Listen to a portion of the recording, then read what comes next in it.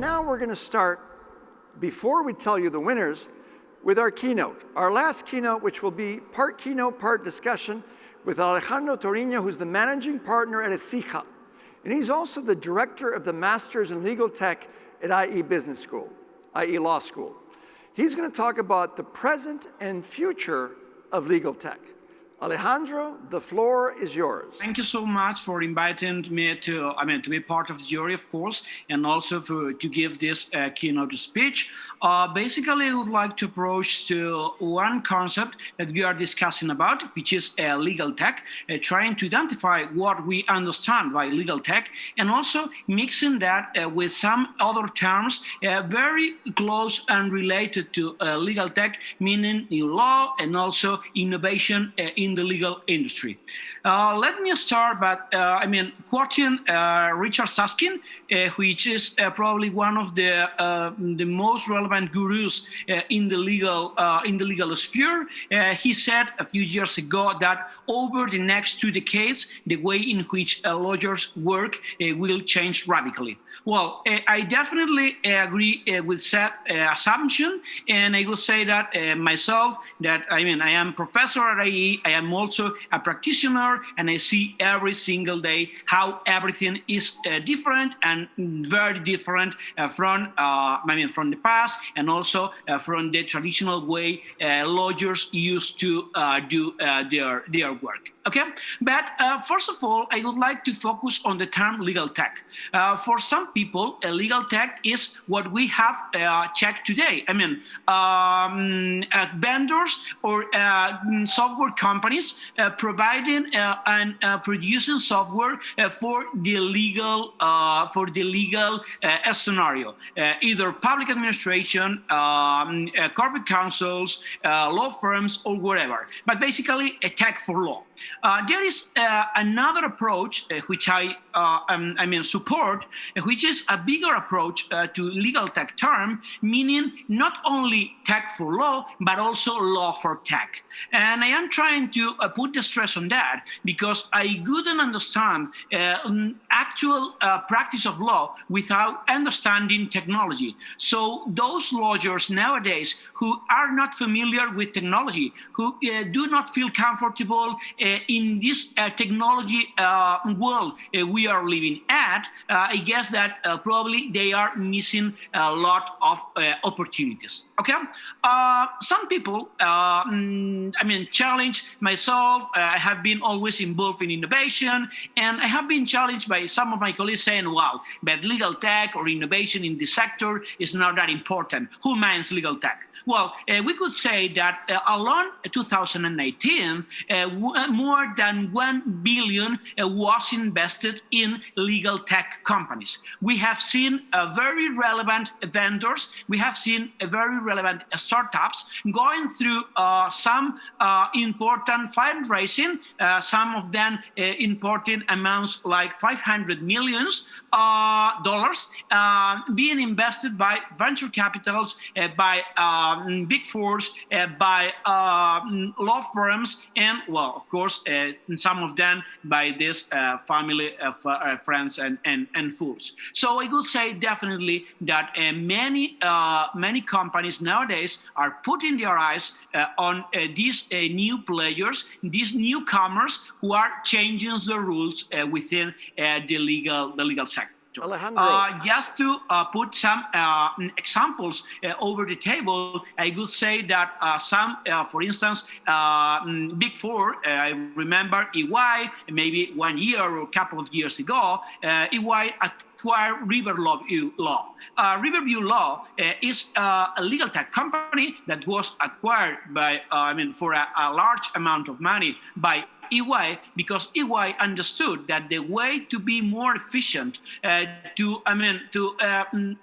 provide added value to their client was by introducing technology to their processes. So this is also a way of being understanding the importance of this new ecosystem. Alejandro. But if we... Yes, Alejandro. Yeah, sure. Go ahead. I know that you have been ranked as one of the top 10 innovative lawyers in Europe by the FT. and also in the top 100 in the world by Forbes. We heard today a lot about AI in legal tech. Maybe you can tell us, because when I heard AI, I thought, are machines ever going to replace lawyers? So well, tell us about, where do you see the future of AI in legal tech? Wow, I would love a machine doing my work and get my payroll being at home, but I don't guess that would be the future. Probably all these technologies that we are dealing with, like AI, like blockchain, like machine learning, and some others, will help lawyers to better perform our work. I actually do not feel that Watson, Ross, or any software that is or will be developed at any vendor will replace lawyers. I will understand that lawyers will be using and will be, in some way, having new tools by means of including technology in our processors. This is not from myself. It is. I don't know the author of this sentence, but I like it, saying that only those lawyers behaving as robots will be replaced by robots. What lawyers need to do nowadays and in the near future probably is trying to provide added value to clients. If we provide added value, our job will be waiting for us. If otherwise we just try to do the same as we did 10 years ago or in 10 years' time, well, we are out of the market.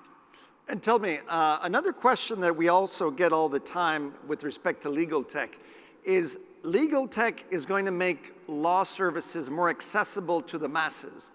Does that mean that legal costs will go down? I don't think so. From ancient times, lawyers exist. And I will probably assume that lawyers will be needed in the future. But my view is that lawyers will be having different skills or will be requested to have different skills as they used to have in the past.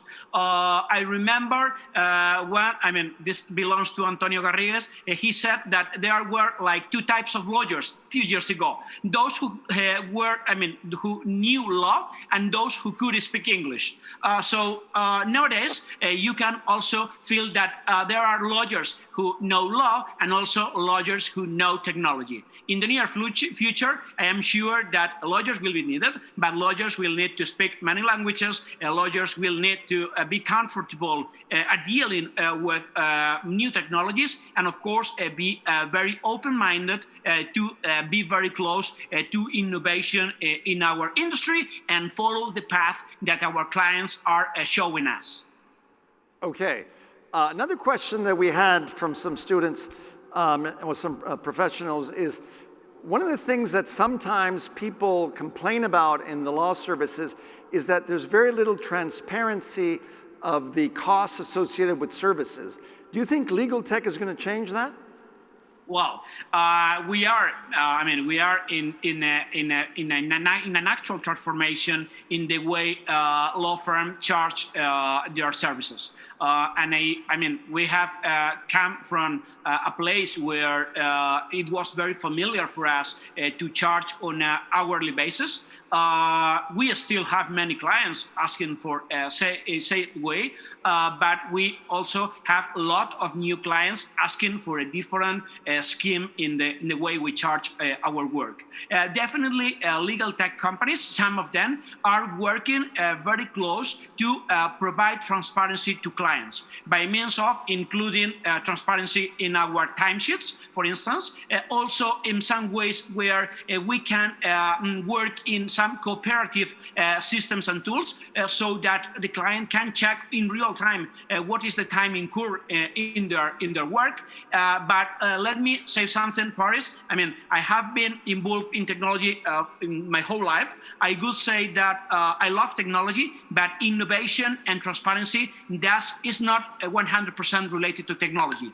Behavior is 100% important, and also the way a lawyer lawyers face the new situations and how new competitors are planning the rules, and also how the clients approach us will define the future for us in the way we charge our work. Okay, Alejandro, thank you so much for this amazing talk.